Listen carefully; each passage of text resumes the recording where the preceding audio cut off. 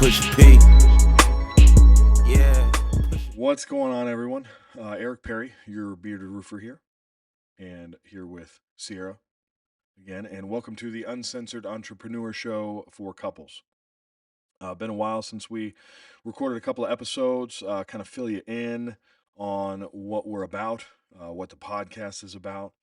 Podcast is really designed based on all the failures that we've been through as an entrepreneur couple, family, um, and we decided to kind of talk about some of the struggles and some of the failures and some of the all of the bad and things like that that is involved with being an entrepreneur, so that we can share it with all of you in hopes that you can learn something from it, maybe avoid some of the mistakes that we've made, learn from the mistakes maybe you're going through or have gone through some of the mistakes that we are have gone through or going through, and you just find your people in this and a little bit of alignment. I think one of the things we always used to say is we always talk about our shit show in order to help minimize your shit show. So welcome. We try to record these and drop these weekly on Mondays so that you have an opportunity to tune in. You can listen to it on Spotify, on what is it, Apple Podcasts, and a couple other places. So you just search. We are not a large podcast with a large following yet. So be sure to share the show if you find any kind of value in it, any kind of humor, anything like that, any kind of nuggets. And but you do have to probably search the entire name. Usually I have to. So uncensored wouldn't work. There's a whole lot of stuff for there. So search Uncensored Entrepreneur Show for couples, and you will find our faces on there on the cover art. So, but yeah, welcome. Today, we thought about talking about a couple of different topics. First and foremost, one that I think is a really important topic that a lot of people a lot of people need to continuously develop. Even when you develop it and you stay consistent with it, there's a lot of times where you probably have to go back to um, redevelop it, or I guess sharpen that sword, if you will, and that is discipline. So, the importance of discipline really in everything that you do. Um, one of my favorite podcasts is Andy Frisella's podcast, Real AF. Um, he is founder of First Form Supplements, and partner in Arate Syndicate with Ed Milet, and just somebody that I learn a lot from. I resonate a lot with some of the things that he says, and he is also the founder and creator of a program called 75 Hard, which is uh, he says, and I would agree, probably the world's best free um, discipline program. Not a fitness program, not a it's a mental toughness program. And if you've ever done 75 hard, um, and if you've ever done it with integrity, it works very well. And so I've done thousands of days on 75 hard. Passed it twice. Me and my wife just passed it together. Um, and getting ready to start phase one here shortly. I've never gone through phase one, so trying to go through the whole live hard process. And it's a phenomenal tool. And the reason why I like it is because it does develop, and strengthen your mental toughness, and it does create more discipline, and help kind of sharpen that sword. So for me, the last time or the first time that I finished it, it was it was an incredible feeling. I was really proud of myself, and it did develop discipline. But like anything else in life, I think that at least I tended to get comfortable again. And even though I was seeing progress, I was strong in my discipline. After a while, he calls it the bitch voice, and I love that because I have conversations with my bitch voice every single morning, every single day, and um, the the idea. is like the bitch voice is like your past self, um, that doesn't want you to do the things that you don't want to do, and it tries very convincingly to talk you out of doing them. And throughout the process of 75 hard, if you've never done it, you'll come to identify that bitch voice. And it's funny because when you identify it, and when you've completed the program or you're far enough into the program, you know when it's talking. And I literally will have arguments with it in my head. It's as soon as my alarm goes off, it's already having a conversation with me internally about, how I can spare hitting the snooze once or twice, um, and things like that, which I'm really bad at, is hitting the snooze. I will set my alarm earlier, knowing that I might hit the snooze, which is still, a bad way to do it. But I think that, when you identify the bitch voice and when it comes out and when it's talking, discipline and staying disciplined is ignoring it. And like I said, it does try to get more and more convincing, at least with me, which is funny because it's myself, but it does try to get more and more convincing, I think, to get me to fail or to not do the thing. Um, so discipline is very important in all areas of your life, in your fitness, in your finances, in your health, in your marriage, in your relationship with your kids, your parents, just all relationships, just everything. And it's something you have to work on every day. In a perfect world, I think we wake up and we decide what we want to do, what we don't want to do. We only do the things that we do want to do, and we grow and find success. But in reality, that never happens. I think that you have to do hard things. You have to put yourself in uncomfortable situations and uncomfortable scenarios and struggles and failures and things like that. And that's where you find growth. Um, and discipline, like for me, for example, I have a morning routine, that I am hit or miss on because of the bitch voice. And I work hard at it. I used to go to the gym at night years ago, and there was a lot of times where I would end up not being able to go because wrenches would get thrown into the equation and things would happen that would, I would think be out of my control. Some of it was out of my control, and I would just have to stop and stay and solve the problem. And then it would end up being late, and I wouldn't want to go to the gym, or I did go to the gym and then I would miss dinner or I would miss family time or whatever. And so what I realized, somebody taught me a long time ago, is the morning is the one time that you have full control. If you get up early enough, before people are going to start emailing you, before people are going to start calling you, before you're going to have a need to do things, before stores are open, before whatever. And so I kind of shifted to doing that. And um, it was largely beneficial because I realized that, yeah, I do have control. I'm not going to get distracted by a text, distracted by a call, distracted by, you know, whatever, because it's early. Nobody's up yet. So ideally, I wake up at 4 o'clock every morning, um, and used to cold plunge here at my house, but our gym now has a cold plunge. So um, a little bit less time at home now, and I would wake up and chug electrolytes, try to get some energy, hydro oxygenate, as my friend Nate would say, and that works. The first intake of your body isn't a piece of pizza; it's water, and electrolytes. And then I would get ready, and go to the gym. I mean, ideally, I would spend about 15 minutes sitting down in the chair in our front room, do a Bible plan, do a little devotional, and then I would get up and get ready, and we'd go to the gym. Um, and after the gym, I would read a book in the sauna, and then after the sauna, hit the cold plunge, hit the steam room, and shower and get ready for the day. And if I hit the snooze, which I do, and I'm late, if I'm 30 minutes late to the gym, I will sit there and find myself spending 10, 15 minutes having a conversation trying to figure out the timeline, trying to figure out what what I'm going to skip or how I'm going to fit everything in. And ultimately, I just killed another 10 or 15 minutes. And so I kind of start my day off failing.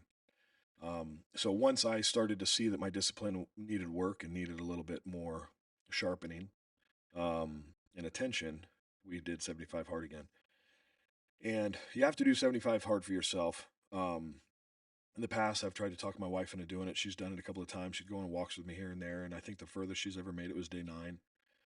And selfishly, I told her, that when I needed to work on my discipline, I put it all on her, which you're not supposed to do. It's pretty selfish when you put it on somebody else, but I sure did. I said, just get me to day 10. I don't really care what you do after that. If you want to drop off, drop off. If you're going to cheat, just don't let me catch you cheating through day 10. And for whatever reason, something in her kind of snapped to where she enjoyed it. I don't know about enjoyed it, but felt dedicated to do it. And she did it. And I'm curious because I know what I did for my life when I first did it. And then when I did it again, what happened? I don't know, honestly. Um, I think I just wanted to try to be a better version of myself, I guess. Just try to change up my day to day because most days it's just the same thing for me. Running kids around, school drop offs, all that stuff. And then I guess I guess I kind of like lost my purpose. I don't know. So I was thinking maybe doing this would motivate me. Okay. Well, it did. I mean, I saw a big change in her,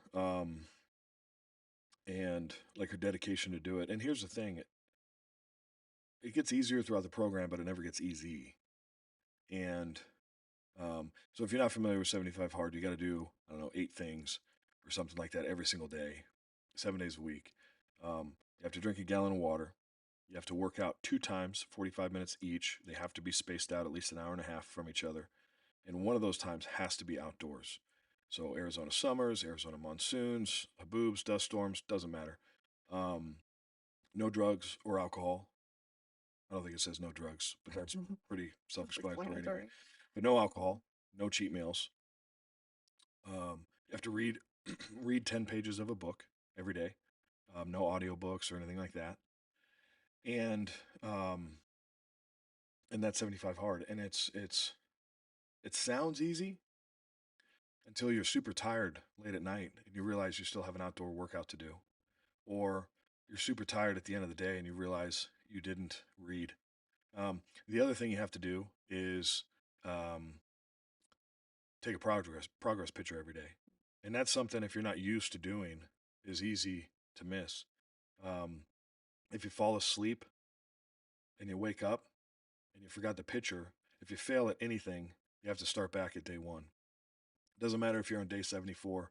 If you forget to take that picture, forget to read, go out partying and have a beer, whatever the case is, you have to start over at day 1, and you have to follow a diet. What I like is it doesn't articulate which diet. If you're counting macros, he says don't budget yourself to crush a short stack of pancakes, during the day or anything like that. Just follow a diet plan that aligns with your goals, and stick to it. And it's 7 days a week. There's no cheat day or anything like that, um, or cheat meals. So the it sounds easy, but when you do it and you're doing it for 75 straight days, it is taxing and mentally.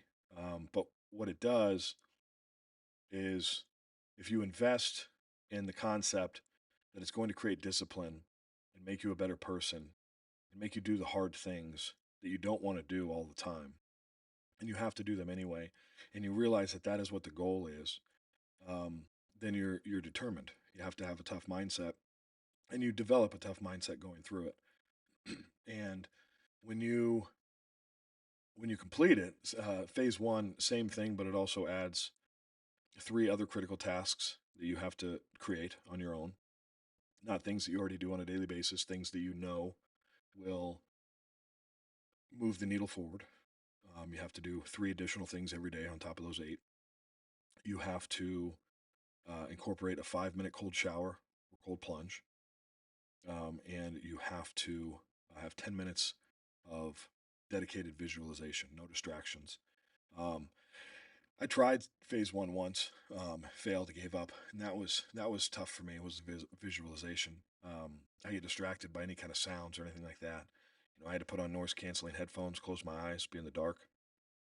Um, but it's really cool to be able to do that.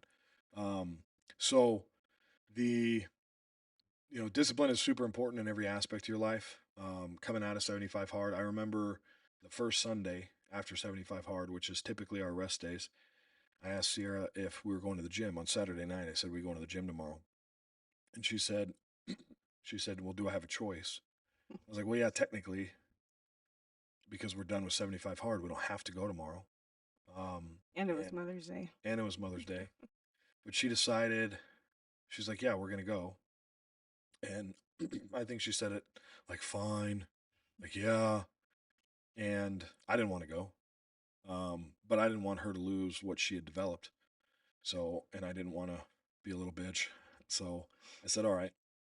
So we went, and I think we've been 7 days a week ever since. We missed this past Saturday, just because I slept in, and we had a full day. We made up for it with a long gym day on Sunday for sure. But it develops the habits, the consistency, the mental toughness. When you wake up super sore every single day and you just don't want to go lift weights, go to the gym, do cardio, anything like that, and you force yourself to do it anyway. Because here's the thing: when you're done, you're going to feel more energy. You're going to feel proud of yourself. You're going to feel, you know, good, and you're going to be happy and glad that you did it.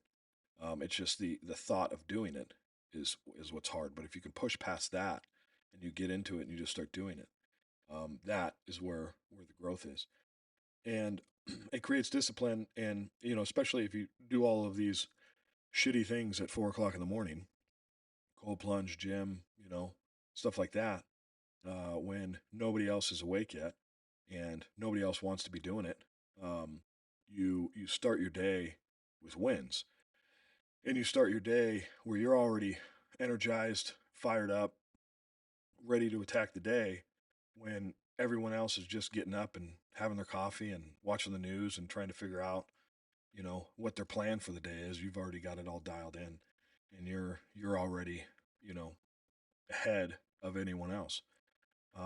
So, but yeah, discipline is one of the. I recommend 75 hard. I know there's forums out there, 75 soft. People pick and choose what they want to do. I'm a big rule follower. I even had to research through some of Andy's podcasts on whether or not a cold plunge was acceptable, because when he created 75 hard, they didn't have cold plunges. At least they weren't well known if they did at the time, to make sure that that was acceptable versus a cold shower. I know my shower doesn't go to 40 degrees. Especially not right now. Cold plunge definitely does. Yeah, that's the one thing cold. There is no cold shower in Arizona in the summertime. Um, so, but even when we travel, we're hitting the hotel gyms. If they don't have it, we're going outside. We went to a convention in Vegas. We were just walking, nonstop, not to sightsee or to go places, but, you know, up and down hills, up and down stairs for outdoor workout. Um, the hydration thing, the 1 gallon of water, that's the one thing that's easy for me, that and the no alcohol. Um, those are easy. There's been times where we lay down in bed and we remind each other, "Oh, did you take your picture?" And we're like, "Oh," and we got to get up and do it because we That's almost like forgot. almost every night for me. Yeah, so it's kind of nice to have somebody to help hold me accountable and somebody to hold accountable. So, but yeah, discipline is a super big game changer. Um, like I said, it's important to put yourself in uncomfortable situations and positions and doing things that you don't want to do, that are tough. Everybody wants to take the easy route. If you're going to be successful and all you do is take the easy route, well, you're not going to be successful. Um, if you're not having hard conversations in your marriage, you're not going to grow in your marriage. If you're not, having hard conversations about your finances, you're not going to grow in your finances. If you're avoiding the discomfort of awkwardness or tough situations or conversations, you're not going to grow in those areas. And so, 75 hard for me gives me the ability to know that I can do hard things and that it's not going to kill me. It's only going to make me better, and it's going to make those around me better. And like Sierra said, it just, helps kind of create a better version of yourself. Um, so I recommend it. Um, the how many times for you was it difficult to do all of the things, even like whether in the beginning of 75 hard, in the middle, and the end? Sierra's the kind of person, by the way, that we all have sweet tooths when we go to bed. For me, it's these protein balls that a friend of mine makes that are just amazing. Um, but Sierra's the kind of person that like her nighttime routine was, 4 or 5 packs of um, Reese's sticks. Reese's sticks, um, whatever the case is. And so she has a huge sweet tooth, and she doesn't even have a desire to eat it anymore. That's The kind of sad. the biggest struggle for us, I think, is like, what are we going to eat? Yeah. So obviously meal prep and plan and things like that, but it doesn't always work out. And so when we're out and about, what are we going to eat? And I'll see some of the choices that she makes, and it's like nothing at all like what she used to make. Before it was just whatever kind of plate of potatoes and cheese and crap that you can put on there. I don't know, when was the last time you had a birria taco? Oh man. I don't know. It's been a while. Yeah. So And that doesn't even sound good anymore. I don't know what's happening to me. yeah, and you go that long cleaning out your body and eating healthier. Your body does not agree whenever you eat trash. Oh, I at high school camp recently, and I got super sick the next day. Yeah. All right. There you go. My stomach did not was not happy that I Yeah. put that in my body. Yeah. So it happens. So your body gets better, mentally.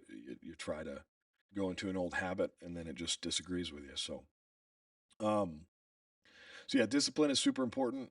Even as it relates into business, as it relates into being an entrepreneur, as a family, making sure that I stay disciplined, making sure that she stays disciplined, with her responsibilities with the house, with the kids, all of the extracurriculars, all of that fun stuff. um, and just it keeps you energized throughout the day. It keeps you on a clear mission, clear path on what you need to do, and who you need to be able to set the example for the kids. And that's the other thing too, is like your kids are always watching you. So I mean, we would go on our night walks, and like my little kids would want to go join us. Oliver, he's always, my youngest son, he's always bragging about. He used to always brag about how much water he was drinking every day. Yeah. He wanted a big jug like mine.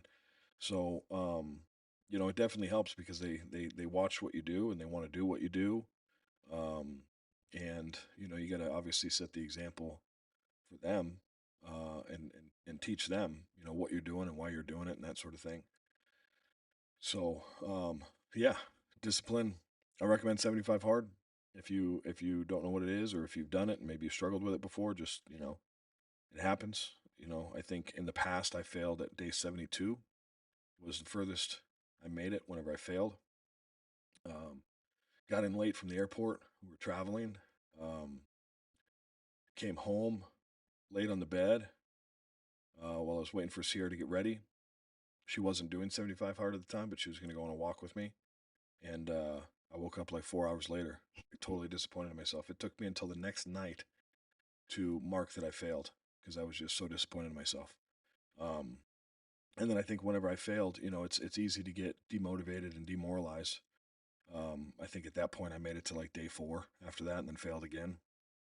Um, the idea of doing it all over again, but that's the whole point. So, um, shifting gears, kind of another topic that I wanted to talk about, is culture.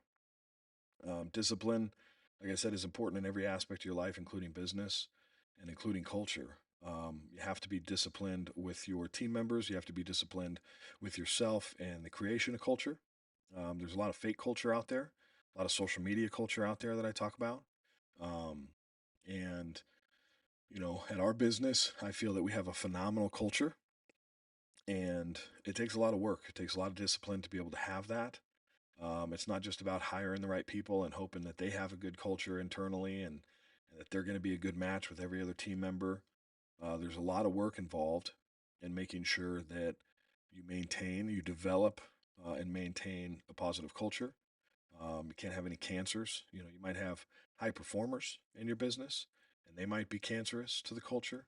And even though it hurts and it's not ideal to let a high performer go, um, or to let them walk out the door. Sometimes you have to do it. You always have to do it if they're cancer, and you can't really wait.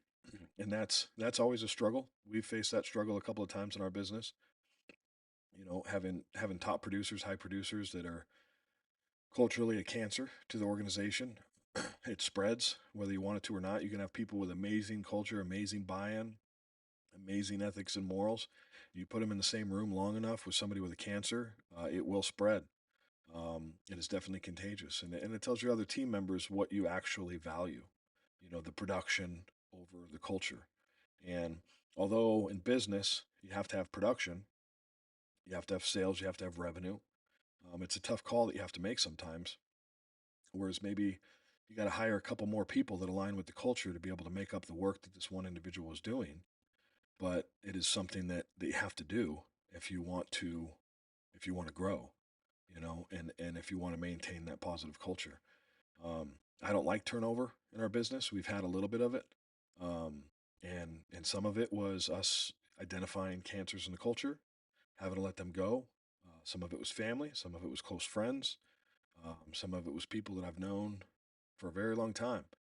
Um, and the cancer is so real that when those people depart, they might have developed a following with their toxicity to where they pull other people away.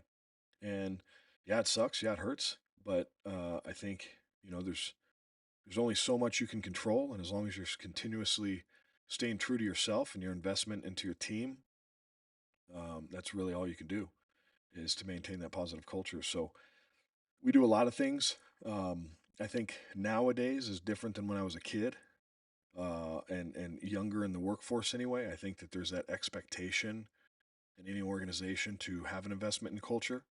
Um, you have to have, the employee engagement. You have to have, the employee appreciation. You have to have all that stuff. And when I was a kid, I didn't have it.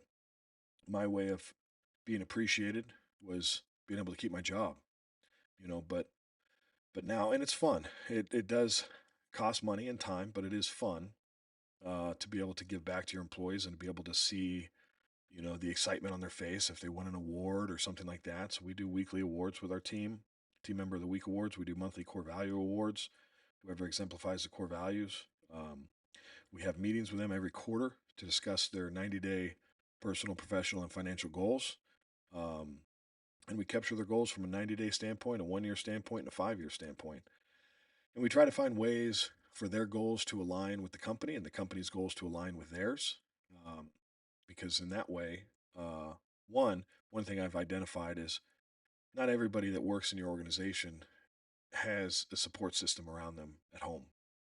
And to be able to create a team environment of people that all work together and they are each other's support systems, cheering each other on whenever they accomplish goals and things like that, is something that I always say I accidentally discovered, when we had people in our organization that didn't have a support system at home. Maybe they never went over goals. Maybe they never articulated their goals and or identified what they were even. And then being able to accomplish goals and having the entire company praise them for it. You can kind of tell who isn't used to that and who doesn't have that in their home life. And it's really a rewarding feeling when you see team members hit their goals, whether personal, professional, or financial, um, and to just continue to grow. And I think that it's exciting for me, um, as a leader, to be able to watch them grow and watch them go through that. But it also just creates, an unmatched buy-in from the employees. Because obviously they want to feel anybody can get a job and get a paycheck working somewhere. And I think that they want to feel like they're working for somebody that cares, like they're working with people that care, that want to see them win, that want to see them succeed. Um, and that's really, really important. What do you think about our culture and some of the things that we do? And what are some things that other people can do? Maybe you don't. Maybe you have new employees or something like that, and you don't. It doesn't take, tons of time, tons of money to have a one-on-one with somebody and find out what their goals are. And realistically, how can you ever help play a part in your team members achieving their goals if you don't even know what they are? Yeah. So what do you think? I think we have a great culture. I think a lot of the stuff that we've developed over the years have made a huge difference in our employees that we have and the employees that we that we're gaining. The fact that we hire and fire based on our core values. Um, and I think we're really good at being thorough when we're looking for new people to join our team, making sure they're the right fit.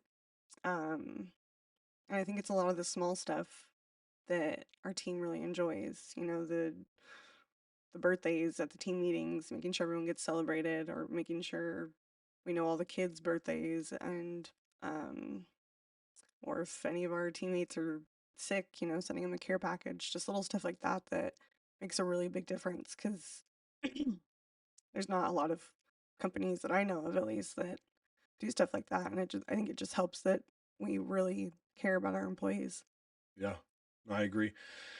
I mean, we used to when we had team members sick, like Sierra was saying. I mean, that's something small. You got their address. If not, you go to HR or whatever. If you're a small company, you got them in payroll. You know their address. Send them a little care package. A little $40, $50 DoorDash package with some, I don't know, Mucinex and head cold patches Yeah. or whatever. Just some miscellaneous things, chicken noodle soup, something to help them feel better. And I think that whenever you do that, um, what's cool is it's developed that as a part of our culture to where now we just had a team member sick not that long ago. And before I even identified it and can go to Sierra or go to our office manager and say, hey, can you send a care package? Our marketing director uh, put it in the chat. And she said, hey, I heard so and so sick. Can I send him something? And it's really cool whenever you develop that culture within the organization where everybody else is on board and everybody else knows just who we are and what kind of people we are. And I think that it doesn't take long as you're consistent in it, and as long as you care about your people. That's first and foremost. And ideally, if you listen to this, this far, you care about your people, um, and you you want to make sure that you're showing them that you care. And I think that it doesn't take long if you're consistent with it to just little tiny acts of kindness, even if it's check-ins on the phone, something like that. That kind of helps promote the positive culture. Yeah. I mean, like, really actually caring, not just like, oh, let me know if you need anything. Yep. But like, we're actually like showing that we care. And so many of our team members have done stuff without us even knowing to help other people on the team, gone out of their way on their own time, on their own dime. And I think it's because it's like a contagious thing. Like once everyone cares for each other, it makes a world of a difference. Yeah. Yep. Awesome. Well, that's a couple of nuggets for you today. Hopefully you got something out of it. Um, like I said, check out 75 Hard or any kind of program that will help with your discipline. It's very important to keep that engaged and keep it active and keep strengthening it every day and working on it every day. And then in terms of culture, it's culture is everything. People is everything. I don't care if you sell roofing, if you sell bubble gum. I don't care if you are a manufacturer, if you're a tech person. It doesn't matter what you do. The you are as successful as you are because of your people, whether that be customers in the community, or whether it be your team members, or whether it be both. Um, and I believe that we are nothing without our people, and so that's why we invest pretty heavily into them, because they're very important to us. Without them, the boat doesn't sail, or whatever saying you want to put in there. So anyway, cool. Well, if y'all have any questions, if you have any topics that you want to hear from, you can email us at uncensored. I don't even know what it is. Info at uncensoredpodcast.com. You can email us there. Um, and we're happy to take questions. We're happy to take topics if there's anything that you're going through. If we've been through it, we'll definitely share. all of the struggles involved and how we overcame it. And thanks for listening. And like I said, if you got any value, Push a P. Yeah, push a P. Turn me up. Turn me up, P. Pointers in the paddock, get my piece. I'm push a P. Cop new hammers for